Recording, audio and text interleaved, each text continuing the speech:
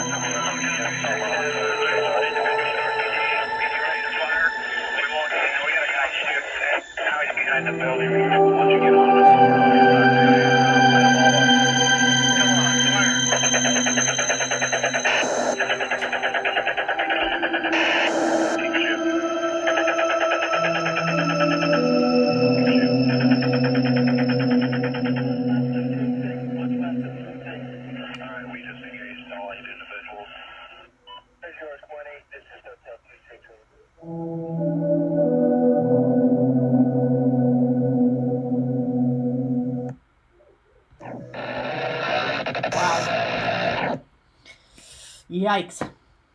That's a sad one, too. What is with all these sad ones? Well, I mean, don't stand in front of me. If it's me or you, it's gonna be you. It made me laugh at the beginning because it was all like nice, and then it went in hard for them. Yeah, shout out to Seven Dusted and all of our servicemen and women. Yeah. And everybody in the alphabet groups that did what they had to do. But you know, it's there's a whole bunch of different ways that the burden of killing is such a terrible burden. And there's that I talk about that book, required reading by Grossman, called On the Killing. And it just goes through all the different things that you have to do to justify killing. And the most common one being, it was either going to be him or me, which, is obviously true, but doesn't really take into account that you put the guy in a situation where it was him or you. Yeah. In every war, somebody put those two boys in a situation where it was either going to be them or you. So it's a weird thing to like have that mentality, and even in the hood you feel like that. It's like Jay said. I told the judge didn't budge. It was him or me. You know what I mean? So we've always been at war with each other since the beginning of time, and there's always going to be some justification, because most people don't like saying I'm a stone cold killer, because most people are not stone cold killers, bless God. But I don't think people understand the burden of killing and what that actually does to a person's mindset. Again, there's war. There's also, wars in the streets. You know what I mean? So it's pretty crazy. Kids, young kids. Yeah. And then you look at your baby, your child. I was watching this documentary of this guy, and he was basically a hitman in Chicago, and he was running around. He was a hitter. He was going around and like doing work. Whoa. And dudes ran up on him, and they caught him in his part of the block, which opposition usually doesn't go in. And they caught him, and there was cell phone video of his mom running up on the scene, and she's yelling, "My baby, my baby." And of course, I'm like, yeah, your baby killed a whole bunch of other people's babies. So, the dude that sings Slide? Who? It's a real day party. Yeah. His brother. That was his brother. And even his brother was like, well, I mean, wow. Because he knew, like, you're going around killing people, fam. Like, of course dudes are going to get at you. Like, what do you mean? But at the same time, there was a day when she carried him home from the hospital and laid him in the crib and had all these wonderful, just like I do with my son, and, if I got hit, there's lots of people that could say, like, are you kidding me? So, it's a horrible thing, man. It's a terrible thing. You're always killing somebody's baby.